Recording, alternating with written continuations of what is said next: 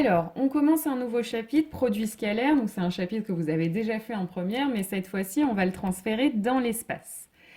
Donc, vous avez vu en première que le produit scalaire servait, entre autres, à montrer l'orthogonalité de deux vecteurs.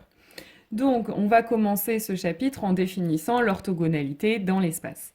Donc d'abord, droite orthogonale et vecteurs orthogonaux. Donc deux droites de l'espace sont orthogonales si et seulement si il existe deux droites coplanaires qui leur sont parallèles et qui sont perpendiculaires entre elles. Donc là, sur le schéma que je vous ai représenté, vous avez la droite AE et la droite HG qui sont deux droites orthogonales du cube. Parce que si vous prenez la droite AE, que vous prenez une droite qui est parallèle à AE et qui se trouve dans le même plan que HG, donc on peut par exemple prendre la droite HD, qui est là, donc elle est bien parallèle à AE, et les droites HD et HG sont bien dans un même plan. Et ces deux droites, HG et HD, sont bien perpendiculaires. Donc les droites AE et HG sont orthogonales. Donc c'est ce qu'on va noter. AE et HG sont orthogonales.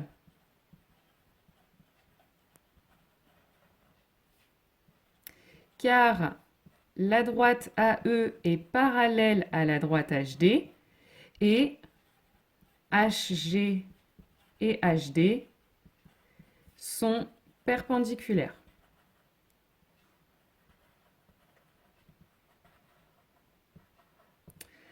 Alors maintenant, deux vecteurs U et V sont orthogonaux si et seulement si soit l'un au moins est nul, soit ils sont les vecteurs directeurs de deux droites orthogonales. Donc par exemple, on peut dire que, si je reprends l'exemple précédent, le vecteur AE et le vecteur HG sont orthogonaux, puisque ce sont les vecteurs directeurs de deux droites orthogonales. Alors maintenant, droite orthogonale à un plan.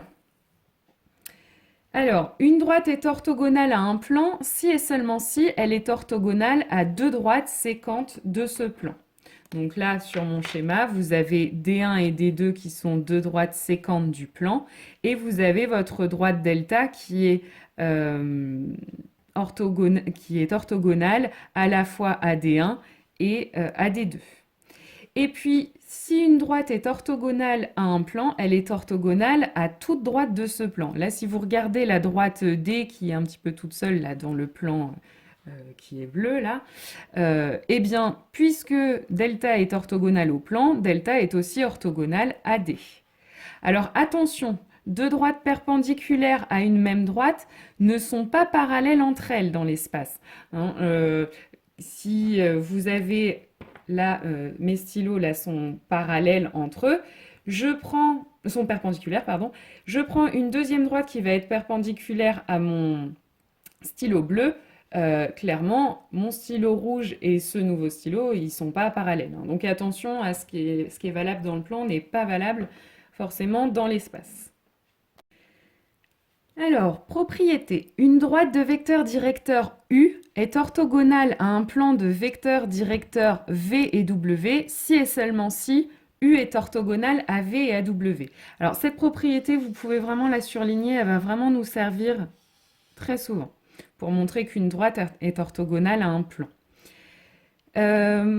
Par un point donné passe une droite et une seule orthogonale à un plan donné. Ça veut dire donc que si on vous donne un plan et qu'on vous demande de dessiner la droite qui est orthogonale à ce plan et qui passe par un point donné, vous ne pouvez pas vous tromper, il n'y en aura qu'une. Par un point donné passe un plan et un seul orthogonal à une droite donnée. Donc c'est un peu réciproquement, hein, si on vous donne un point et une droite, vous ne pourrez faire passer qu'un seul plan orthogonal à cette droite et passant par ce point. Deux plans orthogonaux à une même droite sont parallèles entre eux. Donc là, c'est le schéma qui l'illustre bien. Hein. Vous avez une droite ici, deux plans qui sont orthogonales à cette droite. Clairement, on voit que les plans sont parallèles entre eux. Et ça marche aussi dans l'autre sens. Deux droites orthogonales à un même plan sont parallèles entre elles. Donc là, vous avez deux droites qui sont orthogonales au plan bleu représenté ici. Et donc les droites, on voit aussi qu'elles sont parallèles entre elles. Bien, donc maintenant qu'on a défini un petit peu l'orthogonalité, on va vraiment pouvoir passer à la définition du produit scalaire dans l'espace. Alors, soit AB et AC, deux vecteurs de l'espace, il existe au moins un plan P contenant A, B et C. On a vu que par 3 points, on peut toujours faire passer un plan. Donc on va toujours pouvoir mettre deux vecteurs dans un même plan. On définit le produit scalaire AB et AC comme étant le produit scalaire AB-AC dans le plan P. Donc en fait, ça veut dire que dès qu'on a 3 points, on se place dans un plan et donc tout ce qui était valable en première sera encore valable en terminale dans ce plan. Et donc, on va pouvoir définir le produit scalaire des 4 manières dont vous l'avez vu en première. Donc, la première définition, c'était que le produit scalaire ABAC était égal à 1 demi de la longueur AB au carré plus AC au carré moins BC au carré. Deuxième définition que vous avez vue du produit scalaire, c'est la longueur AB fois la longueur AC fois le cosinus de l'angle ABAC, qu'on peut aussi noter l'angle BAC si c'est un angle géométrique. Ça marche, les deux définitions coïncident, puisque de toute façon, je vous rappelle que le cosinus, il est défini au signe de l'angle près, donc que vous regardiez l'angle orienté ou l'angle géométrique, ça ne change pas grand-chose. Alors, troisième définition, c'est la projection orthogonale. Donc, si A est différent de B, il existe un unique plan orthogonal à AB passant par C. Ce plan coupe la droite AB en un unique point H appelé projection orthogonale de C sur la droite AB. Donc là, vous avez un petit schéma. Donc en gros, la projection orthogonale dans l'espace, cette fois-ci, on ne va plus prendre une droite perpendiculaire à AB, puisque dans l'espace, on a vu que quand on est perpendiculaire à une droite, on la coupe, quand on est orthogonal à une droite, on ne la coupe pas forcément. Donc là, on va carrément prendre un plan orthogonal à la droite AB pour être sûr de l'intersecter. Et donc, on l'intersectera en un point H qui sera la projection du point C par lequel passe ce plan orthogonal à AB. Donc voilà ce que c'est que la projection orthogonale de C sur la droite AB. Et donc dans ce cas, le produit scalaire ABAC, il sera égal. Alors si le vecteur AB et AH, comme c'est le cas sur mon dessin, sont dans le même sens, à ce moment-là, le produit scalaire, ce sera la longueur AB fois la longueur AH. Mais il peut arriver que le projeté orthogonal, si mon point C était plus par là, il peut arriver que le projeté orthogonal soit plus par ici. Et donc à ce moment-là, le vecteur AH et le vecteur AB seront dans des sens opposés. À ce moment-là, le produit scalaire se calculera en faisant moins la longueur AB fois la longueur AH. Alors, vous aviez vu une quatrième définition. Pour ça, on a besoin de se placer dans un repère OIJK orthonormé. Donc le repère sera orthonormé, je vous rappelle la définition, si et seulement si les vecteurs IJ et K sont 2 à 2 orthogonaux et si la norme du vecteur I est égale à la norme du vecteur J qui est égale à la norme du vecteur K. Quand on se place dans un repère orthonormé, on peut donc donner des coordonnées aux vecteurs U et V, donc x, y, z pour U, x', y', z' pour V. À ce moment-là, on pourra calculer la norme d'un vecteur en faisant racine carrée, la norme du vecteur U en faisant racine carrée de la somme des carrés de ses coordonnées.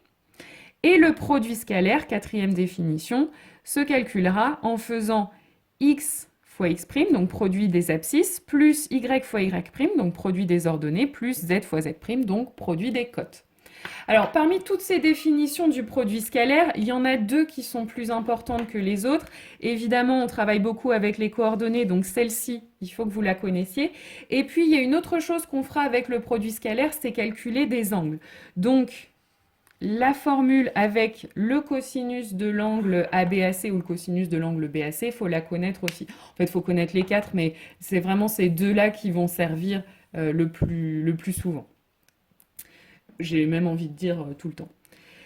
Alors, ensuite, propriété.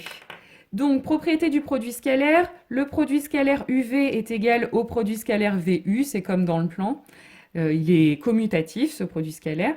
Ensuite, quand vous faites le produit scalaire de U par le vecteur V plus W, ben vous pouvez distribuer, c'est-à-dire c'est la même chose que faire le produit scalaire de U par V et d'ajouter le produit scalaire de U par W.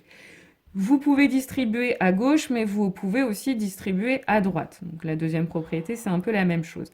Et puis ensuite, quand vous faites le produit scalaire de U par le vecteur KV, c'est la même chose que de faire le produit scalaire du vecteur KU par le vecteur V. Et c'est la même chose que de faire le produit scalaire UV et de le multiplier ensuite par K.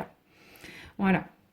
Et enfin, dernière propriété, mais qui était déjà valable dans le plan, deux vecteurs sont orthogonaux si et seulement si leur produit scalaire est nul. C'est toujours valable dans l'espace.